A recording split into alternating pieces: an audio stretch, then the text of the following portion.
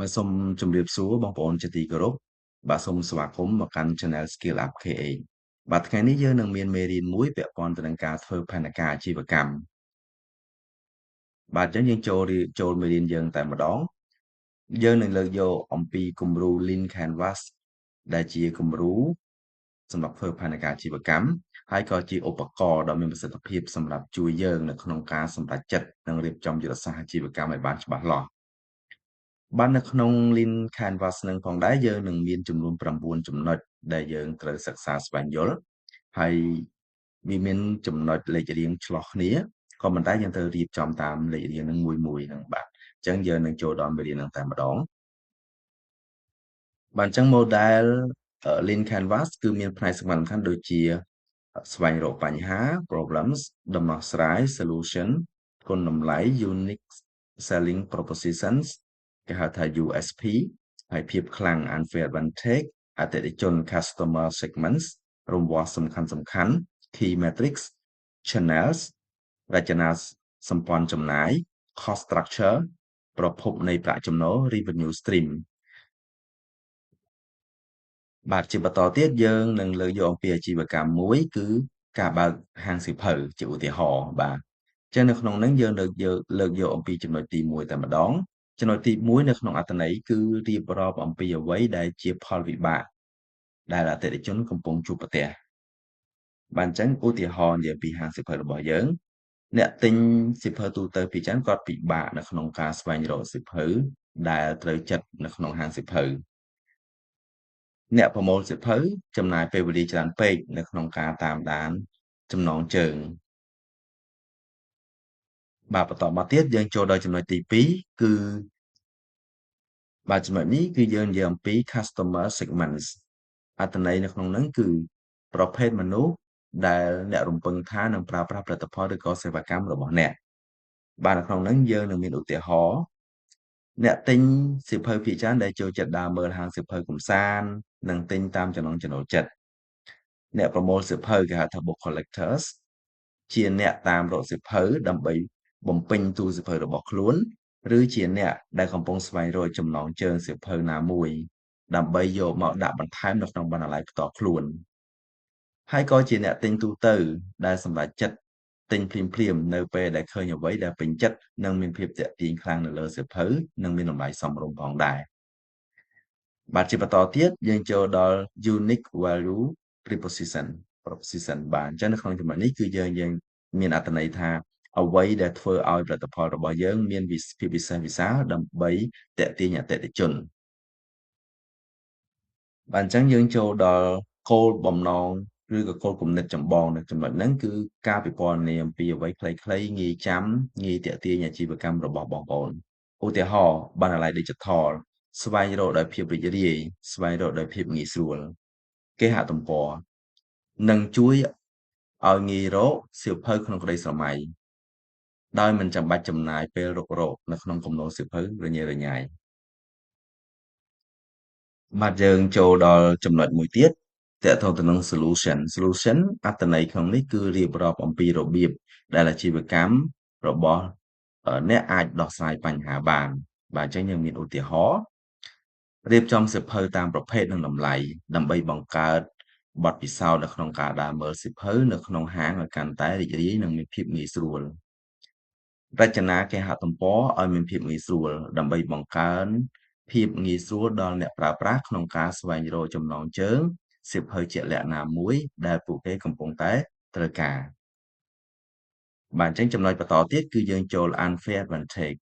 អត្ថន័យគឺអ្វីដែលធ្វើឲ្យអាជីវកម្មមានភាពលេចធ្លោនិងពិបាកឲ្យអ្នកដទៃចម្លងតាមបាទនៅក្នុងហ្នឹងយើងមានឧទាហរណ៍បុគ្គលិកក្នុងហាងសៀវភៅរបស់យើងគឺរួសរាយរាក់ទាក់និងមានចំណេះដឹងទូលំទូលាយគាត់មិនត្រឹមតែជួយលក់ទេប៉ុន្តែគាត់ផ្ដល់ប្រឹក្សានិងណែនាំសៀវភៅដែលត្រូវនឹងចំណង់ចំណូលចិត្តរបស់អ្នកទិញការរៀបចំធ្នើសៀវភៅទៅតាមប្រភេទនិងតម្លៃការចាត់ថ្នាក់យ៉ាងមានរបៀបរៀបរយដែលជួយឲ្យអតិថិជនចំណេញពេលវេលានិងងាយស្រួលនៅក្នុងការស្វែងរកអ្វីដែលអតិថិជនត្រូវការបាទនេះគឺជាចំណុច unfair advantage ឥឡូវយើងចូលដល់ចំណុចមួយទៀតពាក់ព័ន្ធទៅនឹង revenue streams បាទ revenue stream អត្ថន័យគឺរៀបរាប់អំពីរបៀបដែលអាជីវកម្មរបស់អ្នកនឹងរកចំណូលបានហើយនឹងគំរូកំណត់តម្លៃសេវាកម្មខ្ញុំឧទាហរណ៍ការលក់ផ្ទាល់ direct sale ការលក់សៀវភៅចាប់ពី$2ទៅកាន់$15ឡើងទៅការលក់តាមអនឡាញតាមរយៈគេហទំព័រឬបណ្ដាញសង្គមជាមួយនឹងសេវាកម្មដឹកជញ្ជូនទូទាំងប្រទេស2សេវាកម្មជាសមាជិកភាពប្រចាំខែឧទាហរណ៍$5ក្នុងមួយខែដើម្បីទទួលបានការបញ្ចុះតម្លៃ10%រាល់ការទិញនិងសិទ្ធិមើលបញ្ជីសៀវភៅថ្មីៗមុនគេសេវាកម្មជួលសៀវភៅគិតថ្លៃសេវាកម្មជួលសៀវភៅប្រចាំសប្តាហ៍ជាដើមទី3ប្រភពចំណូលផ្សេងៗដូចឧទាហរណ៍ដូចជាការលក់ភេសជ្ជៈឬក៏អាហារសម្រន់នៅជ្រុងតូចមួយនៅក្នុងហាងសៀវភៅដើម្បីបង្កើនចំណូលបន្ថែមការរៀបចំព្រឹត្តិការណ៍ដោយជួលទីតាំងសម្រាប់ក្លឹបអ្នកអានឬការជួបជុំអ្នកនិពន្ធដោយគិតថ្លៃសេវាប្រើប្រាស់ទីតាំងអញ្ចឹងទៅបាទហ្នឹងទាំងហ្នឹងគឺជាចំណុចចំណូលបាទយើងចូលដល់មួយទៀតគឺ cost structure អត្ថន័យនៅក្នុងហ្នឹងគឺរៀបរាប់អំពីចំណាយថេរឬចំណាយអថេរដើម្បីដាក់ដំណើរការផលិតផលឬក៏សេវាកម្មបាទជាឧទាហរណ៍ចំណាយថេរគឺជាចំណាយអាចថាជាចំណាយដែលត្រូវបង់ជាប្រចាំខែប្រចាំថ្ងៃបាទការជួលទីតាំងហាងប្រាក់បៀវត្សបុគ្គលិកការរៀបចំរចនាសម្ព័ន្ធការរៀបចំនិងរចនាហាងការទិញធ្នើរសៀវភៅតុទូកៅអីតុបតែងហាងជាដើមការបង្កើតគេហទំព័រការរចនាឬក៏បង្កើតប្រព័ន្ធស្វែងរកសៀវភៅតាមអ៊ីនធឺណិតហ្នឹងឯងបាទហើយការទិញអាជ្ញាប័ណ្ណឬក៏ការចុះបញ្ជី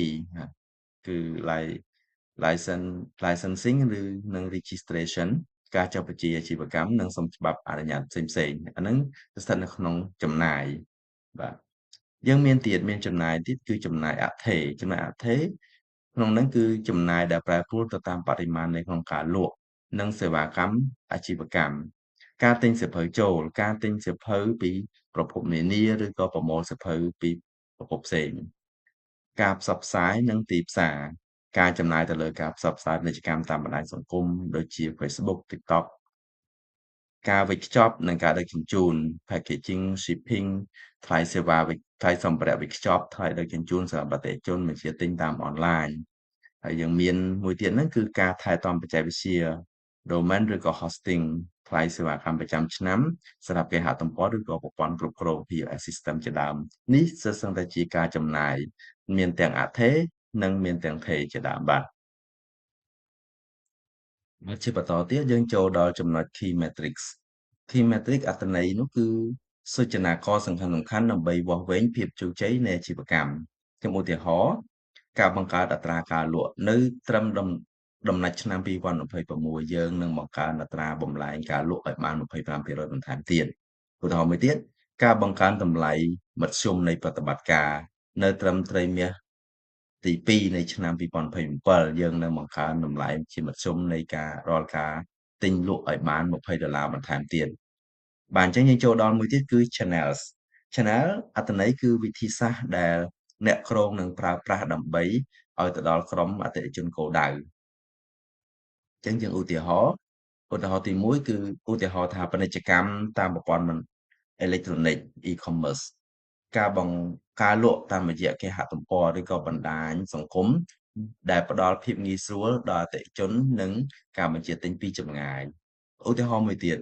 ទាក់ទងនឹងហាងលក់រាយផ្ទាល់ការបង្កើតទីតាំងហាងដាក់ scan ដើម្បីឲ្យអតិថិជនអាចមកមើលសៀវភៅនិងទទួលយកបទពិសោធន៍នៅក្នុងហាងដោយផ្ទាល់មួយទៀតបណ្ដាញទៅកាន់អតិថិជន social media shop ឬក៏ expert ជាដើម